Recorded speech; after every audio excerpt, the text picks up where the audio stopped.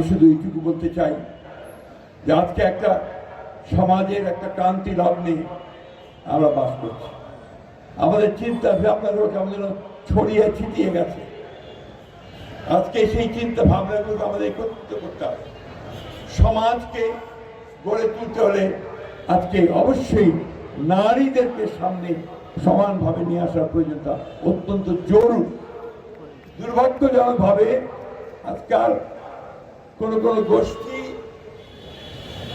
কিছু মনে করবেন না, নারীদেরকে দূরে ছেড়ে রাখতে চায়, তাদেরকে পর্দার আড়ালে তারা আরো বেশি করে তাদেরকে আটকে রাখতে চায়।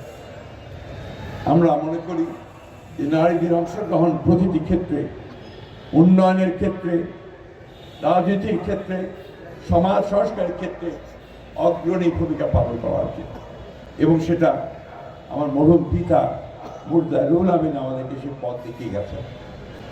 আজকে আমি তার বিদেহী আত্মার মাগফিরাত কামনা করছি, তার প্রতি গভীর শ্রদ্ধা নিবেদন করছি এবং আপনাদের প্রতি আবার আমার কৃতজ্ঞতা শ্রদ্ধা জানাচ্ছি।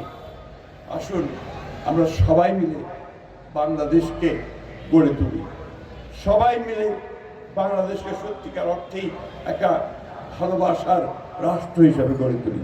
চিজি আইসক্রিমের সাথে ভেলভেটি কেকের মিশ্রণে পোলার রেড ভেলভেট আইসক্রিম। মন ভালো থাক। আজকে শুধু একটি স্মৃতি আমার মনে পড়ে যায়, এই সামনে যে আমরা স্কুলের সালে আমরা একসাথে লেখাপড়া করেছি, একসাথে অধ্যাপনা করেছি ঠাকুর সরকারি কলেজে। সত্যি